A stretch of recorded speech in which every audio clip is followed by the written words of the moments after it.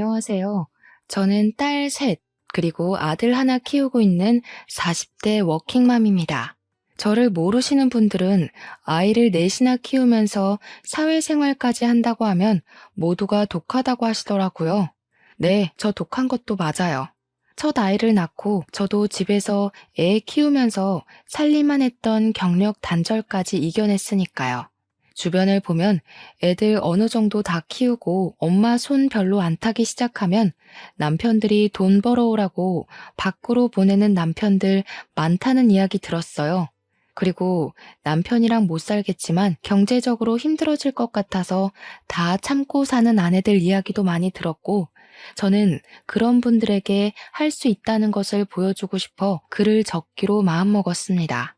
갓 사회에 발을 내디뎠을 때 저는 고작 26살 먹은 사회 초년생이었어요.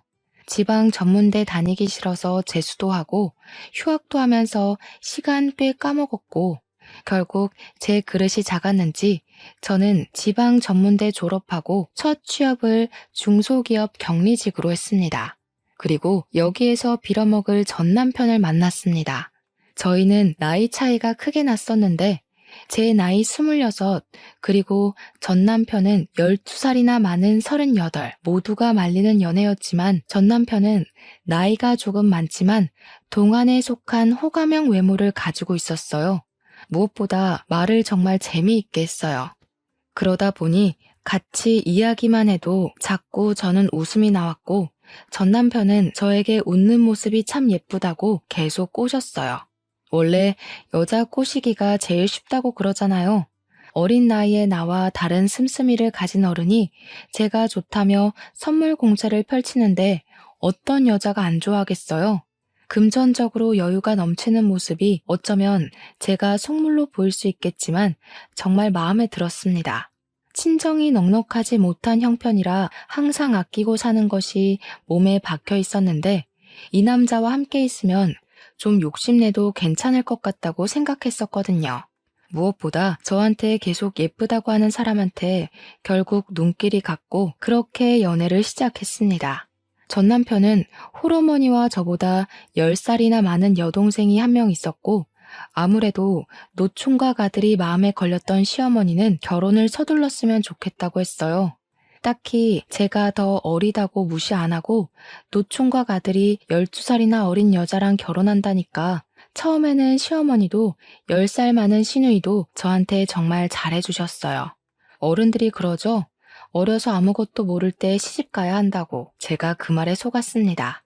결국 결혼하기로 했고 연애와 결혼 준비 기간 포함해서 1년 만에 저희는 결혼식까지 속전속결로 끝났어요. 큰 트러블도 없이 앞으로 행복하게 살 수 있을 것 같았어요. 물론 처음에는 그랬습니다. 이래서 사람들이 결혼을 하는구나. 안정감 있는 느낌이 너무 좋았어요.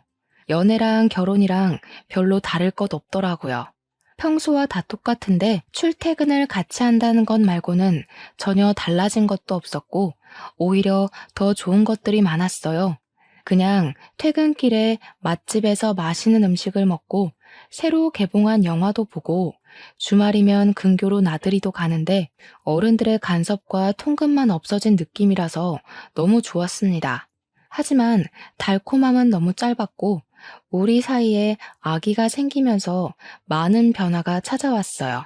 시댁과 친정에서는 남들처럼 굳이 맞벌이 안 해도 남편이 돈 잘 번다는 이유로 아기는 엄마가 키워야 한다고 직접 키우기를 권했고 남편 역시 제가 회사를 그만두고 집에서 살림하기를 원했어요. 어쩔 수 없이 경력 단절하고 남편에게 생활비 받았으면서 집에서 애 키우고 살림만 하기로 했어요. 처음에는 막막하고 답답하지만 나쁘지는 않았어요. 아침에 일찍 일어나지 않아도 괜찮고 매일매일 주말처럼 느껴지는 여유로운 일상이라서 나름 좋았어요.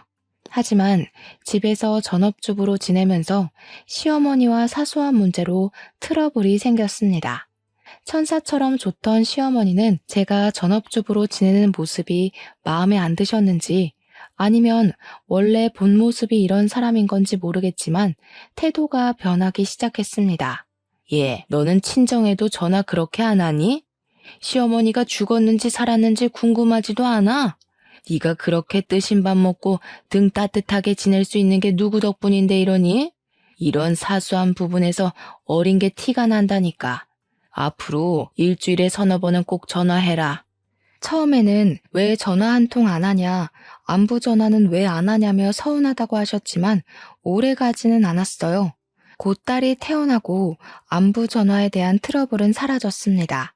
평소에는 전화를 걸어도 딱히 할 이야기가 없어 자주 걸지 않았지만 아이가 태어난 이후로는 특별한 대화가 없어도 영상통화로 아기 얼굴만 좀 보여주면 10분 정도가 지나고 아이가 울면 운다는 이유로 전화를 끊을 수 있었고 그렇게 한동안 다시 평화가 찾아왔었죠.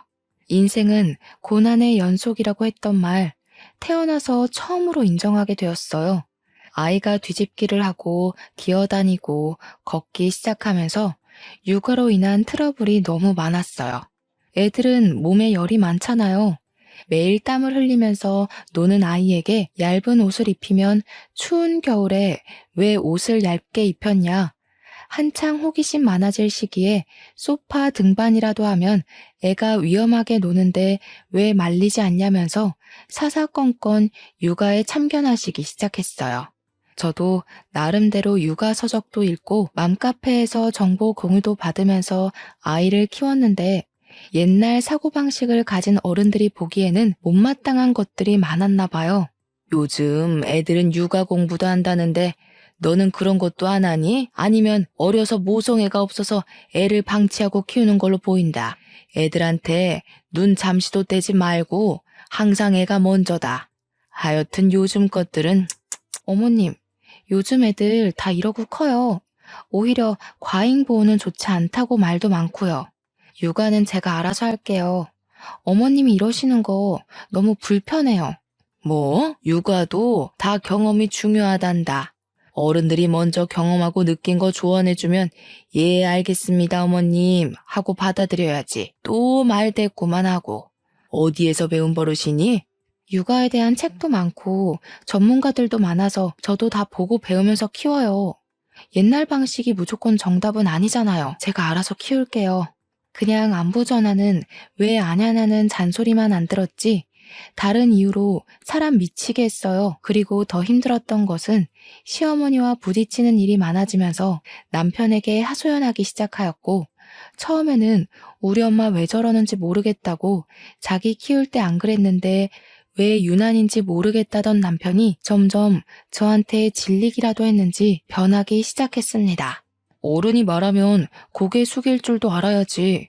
내가 계속 네 편 들었다고 따박따박 우리 엄마한테 자존심 세우는 거 좀 아니지 않냐? 결혼 초반이야. 네가 어리니까 사회성이 떨어져서 그런가 보다 하고 봐줬지. 1, 2년 됐으면 사회성 기를 때도 되지 않았냐? 언제는 어려서 좋다고 꼬셨으면서. 그리고 내 편 한 번만 들어주는 게 그렇게 힘들어요? 해결해달라는 것도 아닌데 육아를 우리가 해야지 왜 어머님이 사사건건 간섭하시는지 저 모르겠어요. 그러니까 자존심 내세워서 우리 엄마랑 싸우지 말고 알겠다, 죄송하다 한마디만 해라. 그게 융통성 있는 거라고.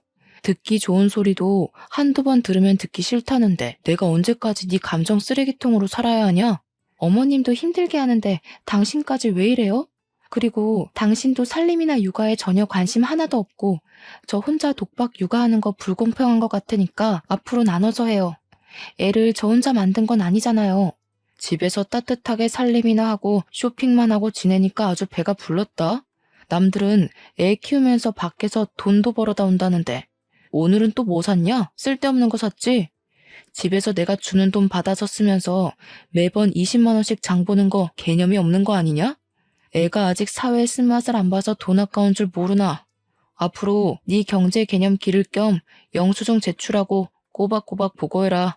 굳이 신용카드를 써서 남편 휴대전화에 카드 승인 내역이 날아가는데도 꼭 저한테 가계부 쓰라고 종용하고 용돈으로 산 개인적인 물건이나 장보고 쓴 금액까지 모두 눈앞에서 영수증 보여달라고 명령질까지 했습니다.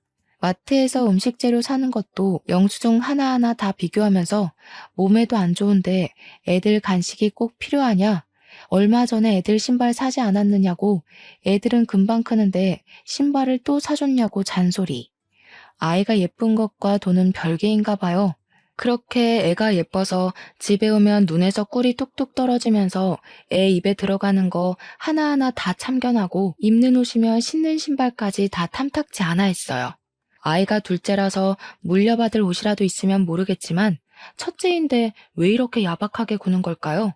그러면서 자기 입에 들어가는 음식은 고기 없으면 밥도 안 먹고 그 나이에 편식하는 사람 처음 봤어요. 혹여나 친정 부모님 생신이라서 선물이라도 하나 해드리면 너무 비싼 거 사드린 거 아니냐고. 자기 엄마는 혼자지만 친정 부모님은 두 분이라서 금액 낮춰야 할 것 같다고 하는데 진짜 너무 정 떨어지고 서운하더라고요. 그리고 제가 자꾸 어려서 모른다, 너무 어리다고 시댁과 남편은 그랬지만 저는 아무리 어려도 집안일에 소홀했던 적 단언컨대 단 한 번도 없었어요. 어린 나이에도 불구하고 시집 오자마자 유산기가 있었던 임신 초기에도 작은 체구의 임신까지 해서 더 힘들었던 만삭 때도 100일도 지나지 않은 갓난아기를 키울 때도 집안 제사나 어버이날, 시어머니 생신 등 단 한 번도 걸은 적 없었어요. 심지어 명절이나 제사 때는 애 등에 업고 장보고 음식하고 바닥에 앉아보지도 못하고 친척 어르신들 접대까지 다 했어요. 그렇게 일만 하다가 새벽에 겨우 서너 시간 쪽잠 자면서 새벽부터 또 일어나 차례상 차리고 친척 어르신들 식사 차려도 싫은 소리 한 번 하지 않았거든요. 시어머니는 옛날 사람이라 밖에서 사 먹는 음식 몸에 별로 좋은 거 없다고 외식을 싫어하셨는데 1년에 한 번 있는 생신 때도 매년 집에서 잔치처럼 한상 차림을 해드렸어요. 손이 많이 가는 갈비찜, 잡채, 그리고 식혜까지 전부 다 만들어도 고맙다는 말 한 번도 없이 매년 당연하다는 듯이 저한테 원하셨습니다. 그러다가 제가 마음이 힘들었는지 첫째 낳고는 모든 것이 다 괜찮았었는데 둘째가 생기고 출산 후에는 갑자기 산후 우울증이 와서 몸도 마음도 힘들었던 시기가 있었어요. 갓난아기와 이제 3살 먹은 아이까지 둘을 데리고 명절 지내려고 했더니 감당이 안 될 것 같다는 생각이 들어 처음으로 시어머니께 힘든 내색을 보였었습니다. 어머님, 애를 둘이나 데리고 제사 준비하려니까 너무 힘들어서 그러는데 올해만이라도 제사나 명절 음식은 업체에서 시켜서 할 수 있을까요? 요즘 정말 괜찮은 업체들 많대요. 옛날에는 애 5 낳고도 잘만 했다. 하여튼 요즘 어린 것들은 잔머리만 굴리지. 제사나 명절 음식은 정성이 중요한데 그저 돈 벌려고 하는 사람들이 음식에 정성을 쏟겠니? 매일 집에서 뒹굴뒹굴 우리 아들이 뼈 빠지게 벌어온 돈 쓰기만 하면서 뭐가 힘들다고. 그러면 올해만 음식 준비에 빠져도 괜찮을까요? 둘째 낳은 이후에 너무 몸이 안 좋아서 예전처럼 애까지 돌보면서 음식 준비, 친척 어르신들 대접까지는 조금 힘들 것 같아서요. 죄송해요. 이제 애 둘 낳으니까 세상이 다 네 것 같니? 태훈이가 너 싸고 도니까 네 마음대로 다 될 것 같아? 여우 같은 년, 남자를 어떻게 구워 삶았길래 태훈이가 꼼짝을 못해? 음식 이야기는 못 들은 걸로 하마. 제가 정말 어려서 몰랐던 걸까요? 제 주변 친구들은 요즘 독박 육아나 시집살이는 이혼 사유라던데 산후 우울증은 정말 마음에서 오는 병이 맞는 것 같아요. 시어머니와의 관계가 틀어지니까 점점 더 극심한 스트레스에 불면증도 찾아오고 몸도 아프기 시작했어요.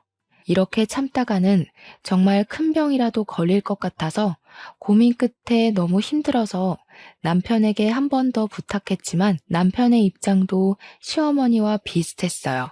여보, 둘째 낳고 몸이 너무 안 좋아서 그러는데 이번 제사 음식은 사서 지내자고 당신이 어머님께 말씀 한번 드릴 수 있어요? 뭐? 내가 너 용돈이랑 생활비를 왜 주는데 집에서 살림만 하는 애가 왜 그 살림조차 하기 싫어하냐? 내가 남들처럼 나가서 돈 벌어오라고 했냐? 돈 많은 처가를 바랬냐? 그냥 애 키우고 살림만 하라니까 그게 싫어? 제가 뭐 이유도 없이 살림하기 싫다고 했나요? 산후 우울증 대부분의 여자가 겪는다고 그러잖아요. 가끔 뉴스에서 산모가 아이와 함께 극단적인 선택까지 했다는 기사를 봤었는데요. 예전에는 저런 선택을 한 아기 엄마는 모성애가 그리도 없을까 하고 생각했었는데 막상 상황이 이렇게 될수록 제가 뉴스에 나오던 그런 엄마가 될 수 있을 것만 같았어요. 결국 남편과 시어머니의 성화에 이기지 못한 저는 갓난 아이는 등에 업고 3살 아이는 달래면서 시아버지 제사 준비하게 되었고 시어머니와 시누이는 손가락 하나 까딱하지 않았어요.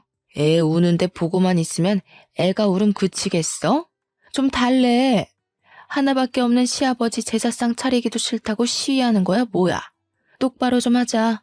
아가씨한테도 하나밖에 없는 아버지 아니에요? 아니면 애들이라도 좀 봐주세요.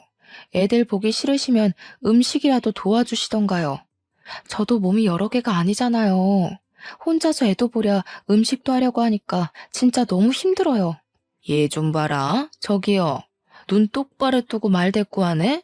내가 처음부터 너 너무 예뻐해서 만만해? 시집 와서 돈도 안 벌고 남편이 주는 돈으로 호화롭게 지내니까 눈에 보이는 게 없니? 전 타는 냄새 나잖아. 부엌에서 정신을 왜 놓고 있어? 그리고 우리 애들 먹게 과일 좀 깎고. 처음부터 시누이가 저한테 이러지는 않았어요. 시누이가 저보다 10살이 많았지만 그래도 새언니라고 부르면서 저한테 잘해주던 사람이었는데 남편과 시어머니의 행동이 나를 하대하면 하대할수록 시누이도 똑같이 변했어요. 마치 어린 부하 직원 다루듯 반말 찍찍하고 나중에는 새언니라는 호칭조차 쓰지 않았고 혹시나 저를 부를 일이 생기면 여기저기 하면서 손짓으로 불렀습니다. 집안 어른들 다 모인 날이면 부엌대기 다루듯이 이거 해라 저거 해라 사람을 괴롭혔어요. 지금 생각하면 너무 한심하기 짝이 없는 이야기들인데 왜 이걸 미련하게 다 참고 살았냐고 지금은 모두 욕하지만 당시에는 아무래도 친정이 부유한 것도 아니고 그렇다고 제가 좋은 대학을 나와서 학벌이나 경력이 대단한 것도 아니었죠. 이혼하면 당장 먹고 살 걱정이 먼저였고 이런 이유로 어린 2딸 양육권도 빼앗길 것 같은 생각이 들었어요. 크게 집안 행사만 아니면 시댁에서 가정부 취급받을 일도 없었고 남편이랑 살면 경제적으로 어렵지는 않으니까 1년의 날짜로 따지면 한 달도 안 되는 시간 때문에 이혼하고 싶지는 않았던 것 같아요. 그리고 이혼하면 흔히들 말하는 실패한 인생이 될 것만 같아서 그냥 참고 살기로 했어요. 그래도 가정에 충실하던 남편이 어느 순간부터 집에 오는 시간도 평소와 다르게 늦어지기 시작했었어요. 원래 출장을 자주 가지 않았었는데 갑자기 타지며 해외로 출장이 생겼고 평소에도 야근이 잦아지기 시작하면서 살림에는 관심이 없어도 고슴도치 자식 사랑 저리 가라고 애들은 엄청나게 예뻐하고 적어도 육아는 같이 했었던 남편이 얼마나 바쁜지 육아마저 점점 저 혼자서 하게 되었어요. 그렇게 독박 육아와 살림으로 한 달이라는 시간이 어떻게 지났는지 모를 시점에 오래간만에 같이 회사 다니던 과장님이 대뜸 몸은 좀 괜찮냐며 안부 목적 연락했다며 말을 걸어왔어요. 그냥 아이 낳고 몸조리 잘했냐는 의미로 알고 이제 회복 거의 다 해서 소도 때려잡을 수 있다고 농담을 던지자 그래도 애처가랑 결혼 하나는 잘했다고 집사람 아프다고 집에서 애 봐야 한다고 출근 한 달이나 안 하는 남편 흔치 않다며 제가 모르는 이야기를 하기 시작했어요. 여자의 촉이 무섭다는 말 살면서 처음으로 공감했어요. 저 이야기를 듣는데 이건 100% 바람이라는 생각만 들었고 지금까지 살면서 시댁에서 부엌대기 취급이나 받으면서 서럽고 힘들어도 다 참고 가정만 유지하려고 노력한 내가 바보가 된 것 같았어요. 그리고 제가 너무 믿고 따르던 과장님에게 사실대로 다 털어놨습니다. 과장님, 사실 한 달 전부터 남편이 출장이나 야근이 잦다고 집에 자주 안 왔어요. 가끔 집에 오면 옷만 갈아입고 나가는 경우가 더 많았는데 뭔가 느낌이 다른 여자 생긴 것 같아요. 한 달 전부터? 아니, 회사에도 조금 수상한 신입이 하나 있는데 사장님이 자꾸 그 신입만 외근 보내서 자주 사무실에 없는 여직원이 있어. 아직 업무도 모르는 애를 자꾸 외근 보내서 사람들이 다 이상하다고 그러거든. 혹시 이름이나 사진 좀 볼 수 있을까요? 이력서에 있던 증명사진이라도 괜찮아요. 과장님, 부탁드릴게요. 뒤이어 과장님이 문자로 보낸 사진은 그냥 어리고 예쁜 여자였어요. 나이는 이제 24. 저랑 비슷하게 대학교 졸업과 동시에 취업했다고 하더라고요. 오해가 있었을 거라고 아닐 거라고 생각하려고 노력해도 자꾸 의심은 커져만 갔어요. 마침 남편이 모처럼 집에 들어온 날이라 치킨을 먹고 싶은데 제 휴대전화 배터리가 없다며 배달 앱을 켜달라고 했습니다. 밥 다 먹고 이 시간에 무슨 치킨이냐고 잔소리는 조금 들었지만 옆에서 딸아이도 치킨 먹고 싶다니까 못 이기는 척 결국 잔금을 풀어서 주더라고요. 치킨 시키는 척 사진첩부터 열었더니 남편이랑 내연녀가 다정하게 찍은 사진들이 있었어요. 확대해서 보니 내연녀는 저번에 과장님이 보내준 회사 신입 여사원이랑 같은 사람이 맞았고 메신저까지 열어서 대화까지 보니 정말 정신이 나갈 것 같았어요. 벌써 보고 싶다. 이웃만 하면 너랑 같이 살겠다. 주말에 여행 가자. 사랑한다. 이런 메시지들이 많더라고요. 너무 화가 났지만 또 애들 얼굴만 보면 현실이 너무 막막해서 눈물이 날 것 같았어요. 무턱대고 이혼부터 하면 앞으로 애들 얼굴도 못 보고 경력 단절로 먹고 살기도 힘들 것 같아서 당분간 참고 지내면서 적어도 두 딸은 내가 키울 수 있는 능력을 키우겠다고 다짐했습니다. 사실 친정은 제가 어릴 때 의상실을 했었습니다. 모두 아시죠? 동네에서 제법 큰 의상실을 친정 부모님이 운영하였지만 기성복 시대가 열리면서 의상실들은 하나같이 다 망해서 사라졌어요. 친정 부모님은 그래도 업을 살리겠다고 세탁소와 옷수선을 하고 있고요. 저는 아이들을 키우면서 내가 할 수 있고 쉽게 배울 수 있는 것을 찾다가 애들은 어린이집 보내고 하루에 6시간씩 친정에 가서 아기 옷 만드는 것을 배웠어요. 당장 수익을 내고 싶은 욕심도 없었고 그냥 내 딸이 입으면 좋을 것 같은 옷들을 진짜 정성스럽게 만들어서 애들한테 입히고 예쁘게 사진도 찍어서 인터넷에 올렸습니다. 그러자 딸 가진 아기 엄마들한테 연락이 많이 왔고 구매를 희망하는 엄마들도 간혹 있어서 그렇게 조금씩 팔기 시작했습니다. 쇼를 한다, 쇼를 해. 그냥 집에서 애나 키울 것이지 쇼를 해라. 그렇게 팔아봤자 푼돈 아니냐? 하여튼 먹고 살만하니까 한가해서 이딴 거나 하지. 애들한테 소홀하기만 해라. 나 이번 주 출장이다. 저는 남편의 외도를 알면서도 1년이라는 시간 꾹 참고 버티면서 돈을 모으기 시작했어요. 노력은 배신 안 한다고 했었나요? 정말 묵묵히 일만 했더니 꾸준히 구매해준 엄마들이 생기고 맘카페에서 공동구매로 진행하면서 점점 사업이 커져갔습니다. 사려는 엄마들이 늘어나면서 대량 생산을 위해서 공장까지 계약해서 옷을 만들기 시작했어요. 정말 눈코 뜰 새 없이 너무 바쁜 시간을 보냈고 시어머니에게 안부 전화도 일주일 넘게 하지 못했어요. 시어머니 성격에 그냥 넘어가실 분이 아니었고 우리 집으로 찾아오셨어요.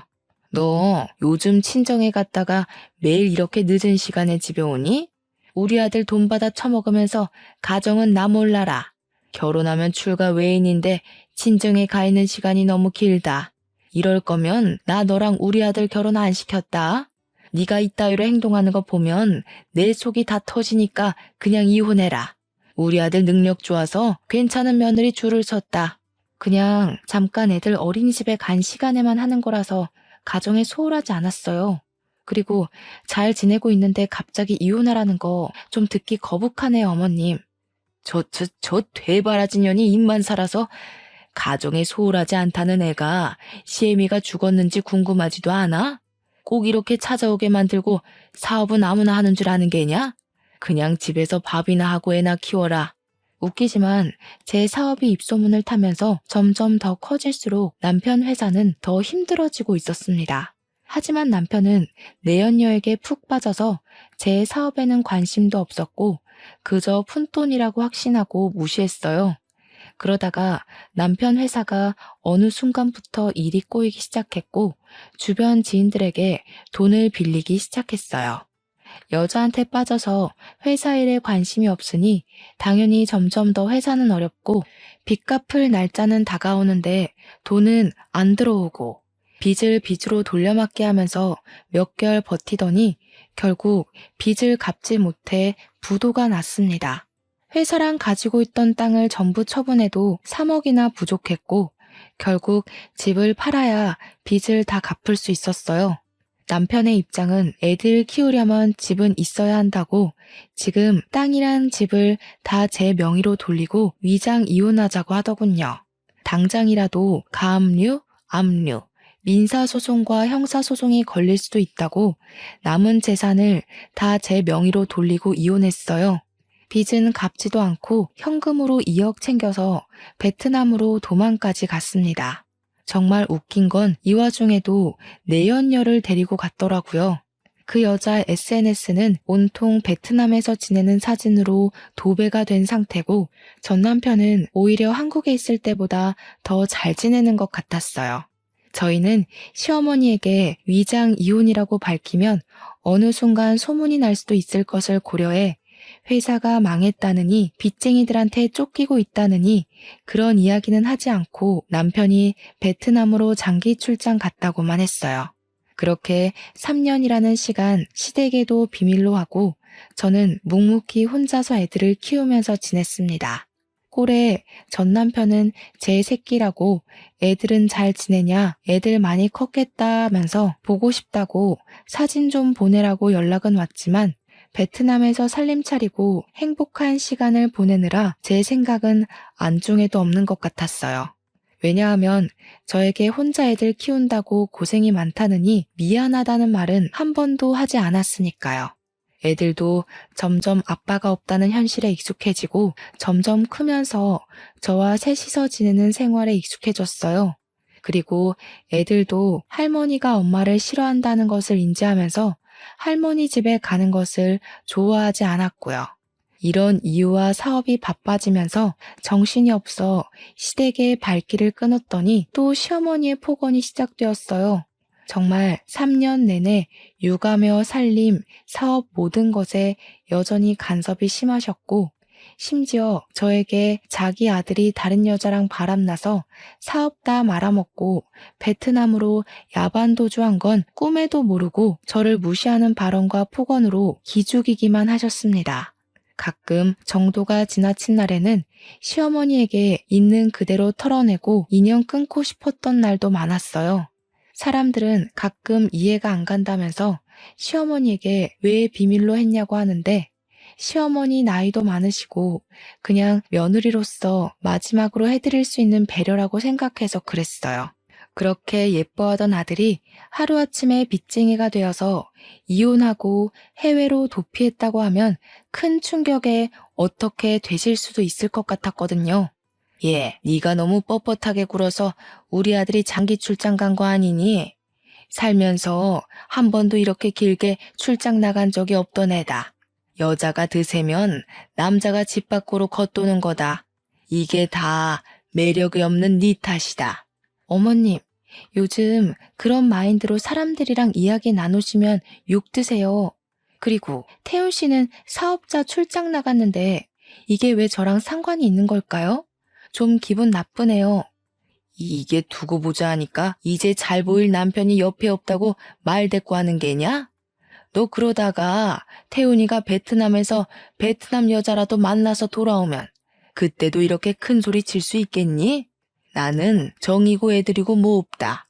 그냥 내 아들이 선택한 여자 고를 거니까. 네, 나중에 꼭 그 말 지키셨으면 좋겠어요. 저도 차라리 태훈 씨가 베트남 여자 만났으면 좋겠네요. 그리고 3년 동안 코빼기도 안 보이는 남편이면 사실상 이혼한 거랑 다를 거 없다고 생각해요.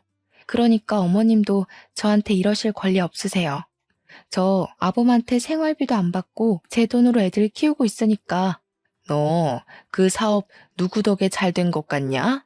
다 태훈이가 벌이가 좋아서 네가 조급함 없게 한 거 아니냐. 그리고 돈 좀 번다고 유세 떠는 거 아니다. 우리 아들은 더 잘 벌어도 너한테 돈으로 유세 안 떨었잖냐. 사람이 가진 것 좀 더 있다고 유세 떨면 복 나간다. 참 뻔뻔하고 제 상식선에서는 대화가 통하지 않아서 저는 한 귀로 듣고 한 귀로 흘리면서 지냈습니다.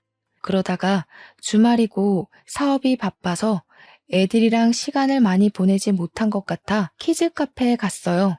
애들끼리 놀고 저는 무료하게 앉아서 멍 때리는데 제가 사업차 계약한 공장 사장님이 혼자 계시길래 가서 간단하게 인사라도 하고 가려고 다가갔습니다.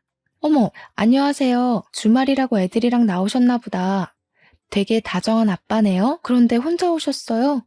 보통 이런 키즈 카페는 아빠랑 애들끼리는 잘 안 오는데 주변 테이블만 봐도 다 엄마들만 있잖아요. 정말 대단하세요. 아, 안녕하세요. 애 엄마가 없어서 제가 같이 왔네요. 뭐 요즘 이혼이 흠은 아니니까. 거래처 사장님들은 대부분 다 제가 이혼한 이유 아시던데 남한테 별로 관심이 없으시죠? 와이프는 애 태어나고 얼마 안 지나서 저랑 동업하던 친구랑 바람나서 어린 딸도 버리고 도망갔어요. 제가 실수했네요. 남자 혼자서 딸 키우려면 진짜 힘드시겠어요. 한창 엄마 손이 많이 필요한데. 제가 실수로 비밀 하나 들었으니까, 저도 제 비밀 하나 말씀드릴게요. 저도 이혼했어요. 3년 지났나? 남편이 하던 사업 다 말아먹고 위장 이혼하자고 해서 했더니 베트남으로 내연녀랑 도망가더라고요. 그래서 저도 애들 혼자서 키워요. 딸만 둘이거든요. 그렇게 힘든 시간 보내면서 사업까지 하시고 정말 대단하신데요? 저는 애가 하나라서 둘이 여행을 가도 항상 서먹하더라고요. 혹시 다음에 시간 맞으면 애들 데리고 근교라도 좋으니까 주말에 나들이도 다니고 봄에는 소풍이라도 같이 다니실래요? 어휴, 저는 좋죠. 원래 애들은 애들끼리 있으면 자기들끼리 논다고 정신 하나도 없잖아요. 당장 다음 주말에 식물원 같이 가실래요? 저희 애들이 거기 새 먹이 주는 이벤트가 있다고 가고 싶대서 가기로 했거든요. 그렇게 주말마다 애들 데리고 만나서 좋은 곳도 가고 캠핑도 다니고 바빠서 여행이나 나들이를 갈 수 없으면 저녁이나 점심에 꼭 같이 만나서 외식이라도 했습니다. 공장 사장님은 만나면 만날수록 정말 괜찮은 사람이었고 제 딸들에게도 아빠의 빈자리가 느껴지지 않을 정도로 잘해줬어요. 전 남편이 베트남으로 떠나고 아빠를 엄청나게 찾던 아이들이 점점 아빠를 찾지 않았고 심지어 나중에는 애들도 아저씨가 아빠면 좋겠다고 하는데 마음이 참 좋지는 않았어요. 애들이 지난 3년간 저한테 티는 내지 않았지만 아빠가 아주 필요했던 것 같아서요. 그리고 저는 애초에 처음부터 전 남편을 기다릴 생각도 없었습니다. 저 혼자 애들 키우면서 경제적으로 힘들지 않게 살기 위해서 옷 사업을 시작한 거라 말이 위장 이혼이지만 그저 저에게는 이혼이었어요. 명의 이전한 땅과 집은 위자료 그 이상도 그 이하도 아니라고 생각하고요. 제가 이기적인 거 아니잖아요. 집이랑 땅이라니까 되게 거액을 챙긴 것 같지만 돈으로 따지면 고작 3억입니다. 두 아이를 아빠도 없이 혼자 키우기 위해서 3억도 받으면 안 되나요? 공장 사장님과 비록 애들 때문에 만났었지만 많은 이야기를 하면서 많이 가까워졌고 다정한 모습과 아이들에게 해주는 모습에 반해 좋은 감정으로 만나는 사이로 발전까지 했습니다. 첫째 딸이 7살이 되던 해에 갑자기 애들 초등학교 입학 전에 살림 합치자는 이야기가 나와서 결혼식은 따로 올리지 않았지만 양가 식구들 모시고 간단하게 식사하면서 재혼하게 되었어요. 재혼한 이후로 애들은 친아빠를 찾지 않았고 저도 딱히 애들이랑 전 남편이랑 통화를 시켜주지 않았습니다. 애들은 어느새 자라서 초등학교 입학도 했고 딸만 셋이던 우리는 아들도 하나 생겼어요. 제가 살면서 생각한 가장 이상적인 가정 모습으로 행복하게 지내고 있었는데 갑자기 전 남편이 대뜸 지금 한국에 왔다면서 애들이랑 같이 밥이라도 먹자고 전화가 왔습니다. 계속된 거절에도 전 남편은 포기를 하지 않아 결국 그 식사 자리에는 저 혼자 나갔어요. 이제 애들 갓난아기 아니야. 초등학생이고 요즘 초등학생들 학교며 학원까지 평일에 바빠. 주말 아니면 밥 같이 먹기 힘들어. 그리고 애들이 한창 아빠 찾을 때는 옆에 없다가 이제 안 찾고 잘 지내는데 왜 갑자기 나타나서 이래? 연락 안 했으면 좋겠다 이제. 우리 사정이 다 있었잖아. 그리고 땅도 좀 팔아서 1억만 구해줘. 생활비가 다 떨어져서 잠깐 한국에 왔고 너 귀찮게 할 생각 없어. 돈만 챙겨서 바로 한국 다시 뜰 거야. 1억? 나는 뭐 땅 파서 애들 키워? 5년 만에 나타나서 한다는 소리가 1억 달라는 소리야? 나한테 돈 맡겨놨어? 그리고 내가 이 자리에 나온 이유는 이제 진짜 우리한테 연락 안 했으면 해서 나온 거야. 나랑 애들이랑 지금 잘 지내고 있으니까 다시는 연락하지 마. 그렇게 거절하고 집으로 돌아왔는데 제 뒤에라도 밟은 모양인지 전 남편은 그날 저녁 우리 집에 찾아왔어요. 제가 새 살림 차린 거 보고 전 남편은 소리 지르고 저희 남편한테 주먹질까지 했습니다. 당장 경찰 부르겠다고 저도 소리 지르니까 그제야 멈추더라고요. 경찰이라는 단어에 전 남편은 바로 행동을 멈췄어요. 아무래도 경찰에 잡히면 일이 복잡하게 변하니까 그렇겠죠? 한국에 있는 거 들키면 채권자들이 우르르 자기 찾아서 올 것 같으니까 무섭긴 한 것 같더라고요. 남편은 진정부터 하라며 전 남편에게 들어와서 따뜻한 차라도 한잔 하라며 들어오라고 했습니다. 너 이거 바람인 거 아니야? 우리 이혼한 거 아니고 위장 이혼이야. 정신 나간 년아. 너 이러라고 내가 땅이랑 집 명의 네 이름으로 바꾼 줄 알아? 이럴 거면 다시 내놔라. 그 돈으로 다른 새끼랑 살림 차리라고 준 거 아니라고. 기껏 애들 키우라고 했더니 다른 놈이랑 바람을 피워? 정신 차려. 먼저 다른 여자한테 눈 돌아서 나한테 이혼하자고 했던 거 당신이야. 내가 이혼 안 한다고 그럴 것 같으니까 위장 이혼하자고 꼬신 거 아니야? 내가 틀렸어? 그리고 바람 피우는 거 내가 모를 줄 알았나? 베트남에서 다른 여자랑 살림 차려서 연락 한 번 안 했던 사람이 누군데? 야, 너 이제 뒷조사까지 하냐? 내가 그래서 너한테 무슨 피해를 줬는데 내가 너처럼 살림을 차렸냐? 이거 법 무서운 줄 모르고 자꾸 까부네? 이런 식으로 남자 등쳐먹고 살면 좋냐? 좋은 말 할 때 땅이랑 아파트 내놔라. 소송 걸기 전에. 소송 걸어? 하나도 안 무서워. 이미 우리는 이혼했고 땅이랑 아파트는 양육비 겸 위자료로 받았는데 법이 이걸 어쩌겠어? 소송 걸고 싶으면 걸고 다시는 찾아오지 말고 연락도 하지 마. 누가 땅이랑 아파트를 위자료로 줬대? 위자료도 가정에 충실했던 사람이나 받는 거야. 너처럼 다른 놈이랑 바람나면 못 받는다고. 이혼 취소 소송 걸 거니까 둘 다 콩밥 먹을 준비나 하라고. 화가 머리끝까지 난 전 남편은 그렇게 나가고 정말 얼마 지나지 않아 이혼 취소와 더불어 집, 땅 명의에 관한 고소장이 날아왔지만 남편의 친한 친구가 대형 로펌 변호사라서 도움을 받았어요. 변호사를 통해 집이랑 땅은 채권자들을 피해 해외로 도피한 전 남편이 양육비를 줄 수 없을 것 같다며 양육비와 위자료 목적으로 이혼 당시 전 남편이 저에게 준 거라고 전달했어요. 그리고 이혼 사유에 대해서는 남편의 외도라고 했죠. 당시 전 남편의 휴대전화에서 수집한 내연녀와 찍었던 사진, 메신저 대화 내용들을 다 제출하여 법원에서도 이미 법적으로 우리는 남이고 다시 전 남편이 재산을 되찾아올 수 있는 방법이 없다고 판결났습니다. 판결과 동시에 전 남편은 자기가 가정에 소홀했던 것도 인정한다며 뻔뻔하게 애들 데리고 가겠다는 소리는 안 하겠다고 땅이라도 절반 달라고 싹싹 빌었지만 저는 무조건 안 된다고 했어요. 그리고 저는 왜 갑자기 땅을 찾겠다고 찾아오고 소송까지 걸었을까 의문점이 생겼는데 알아보니까 우리가 이혼하던 당시에 1억도 안 하던 땅이 갑자기 GTX 노선과 신도시 사업으로 땅값이 6억으로 뛰었더라고요. 참 씁쓸했어요. 마지막까지 아이들과 나한테 미련 하나도 없었고 그저 돈만 바라보고 우리를 찾아온 것 같아서 그리고 이번에 시어머니도 제가 재혼한 사실을 알면서 저한테 대뜸 소방 맞을 년이라고 고래고래 소리를 지르셨어요. 남자 등쳐먹은 년부터 시작해서 장기 출장 간 남편 두고 바람난 년이라고 길에서 머리채 잡고 난리가 났었어요.